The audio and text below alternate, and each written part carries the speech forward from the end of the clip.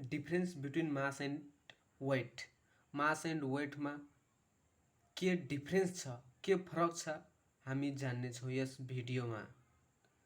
ल हेरौ, मास and weight भनेको के हो, तिनीहरूको बेसिक कन्सेप्ट के हो र तिनीहरूमा डिफरेंस के छ त्यो हामी जान्छौँ। मास मास भनेको mass is the total quantity of matter contain in a body. कुनै एउटा म्याटर छ, म्याटर भनेको anything which occupies space and has their weight, जसको वेट हुन्छ र स्पेस अकुपाई हुन्छ, त्यो के हो, म्याटर हो। जस्तै यो पेन छ हैन, यो पेनलाई राख्यो भने ठाउँ अकुपाई गर्छ, यसको कुनै वेट छ भने यो म्याटर हो। अब यसको के हुन्छ, मास। यसको बाद जसमा यसमा कतिवटा टोटल एटम छ, यसको क्वान्टिटी कति छ, त्यो के हो, मास हो। Total quantity of matter contain in a body is mass. Total quantity of matter contain in body is मास।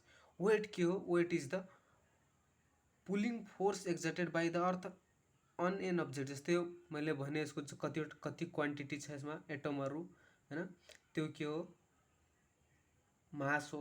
अब यो पेनलाई अर्थको ग्राभिटीले कति फोर्सले तानिरहेछ त, त्यही नै के हो, वेट हो। Weight is the pulling force exerted by the earth on an object. अब के बुझ्यो, मास के हो, टोटल क्वान्टिटी अफ म्याटर हो, म्याटरको क्वान्टिटी कति छ त्यो हो कुनै पनि बडीमा। भनेपछि वेट भनेको फोर्स हो जसबाट अर्थको ग्राभिटीले त्यो अब्जेक्टलाई तानेको छ। Force by which the gravity of the earth or force by which earth pull an object is known as weight. Weight mass of an object does not verify from place to place. Mass जस्तै यसको मास यहाँ 2 KG छ भने मुनमा लग्यो भने त कुनै जुनसुकै प्लानेटमा लग्यो भने उसको मास भेरिफाई चेन्ज हुन्न, mass remain constant. Whereas weight verify from place to place. Weight के हुन्छ, varies from place to place. Weight के भइरहेको हुन्छ, चेन्ज भइरहेको हुन्छ प्लेस टु प्लेस। जस्तै यहाँ कति 5 न्युटन छ भने अर्कोमा गएर 2 न्युटन होला, बढ्न पनि सक्छ घट्न पनि सक्छ, त्यो ग्राभिटीमा भर पर्छ। वेट केमा भर पर्छ, ग्राभिटीमा पर्छ, र ग्राभिटी सबै प्लेसमा के छ, भेरिफाई हुन्छ, त्यसैले वेट पनि के छ, भेरिफाई छ हैन।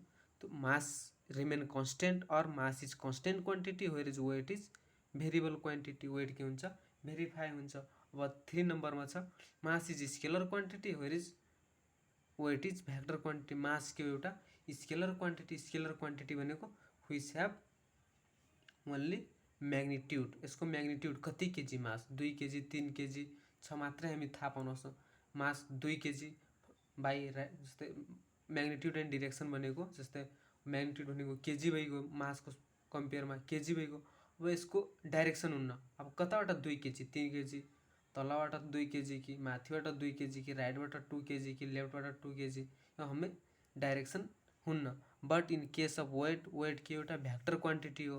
यसको के हुन्छ, म्याग्निट्युड पनि हुन्छ, कति वेट छ त, त्यो म्याग्निट्युड भएको जस्तै 10 न्युटन भने यो म्याग्निट्युड भएको। अब वेट कतादेखि लागिरहेछ, तलदेखि लागिरह कि माथिदेखि लागिरह कि लेफ्टदेखि लागिरह कि राइटदेखि लागिरह हो, यो डाइरेक्सन हुन्छ। वेटको के डाइरेक्सन पनि हुन्छ, कतादेखि लागिरह हुन्छ त्यो पनि हुन्छ। अब एसआई युनिट के हो, मासको KG, KG means kilogram, simple हैन। Whereas SI unit of weight is newton. SI unit के हो, वेटको के हो, न्युटन हो। अब it is measured by beam balance. Mass केबाट मेजर गरिन्छ, बीम ब्यालेन्सबाट मेजर गरिन्छ।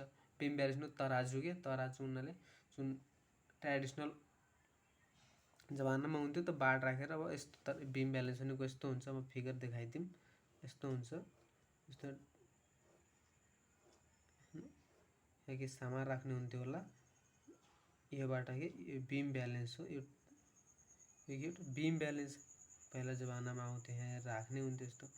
अनि यो के, it is measured by spring balance. Spring balance यस्तो यस्तो हुन्छ र यस्तो यहाँ गरे हुन्छ, यहाँ 1 2 दिए हुन्छ, यहाँ वेट राख्ने हुन्छ, योबाट के नापिन्छ, वेट नापिन्छ। It is measured by spring balance, it is measured by beam balance. अब फेरि एकचोटि रिभाइज गरौँ भने, वेट के फर्स्ट नम्बरमा डिफिनेसन भइगयो, वेट के क्वान्टिटी अफ म्याटर, मास के quantity of matter contain in a body, weight के pulling force exerted by the earth and object. SI unit के इसको, केजी, इसको newton. It is scalar quantity, mass, weight is vector quantity. Mass of object remain constant weight of object के varies हुन्छ it is measured by beam balance it is measured by spring balance thank you.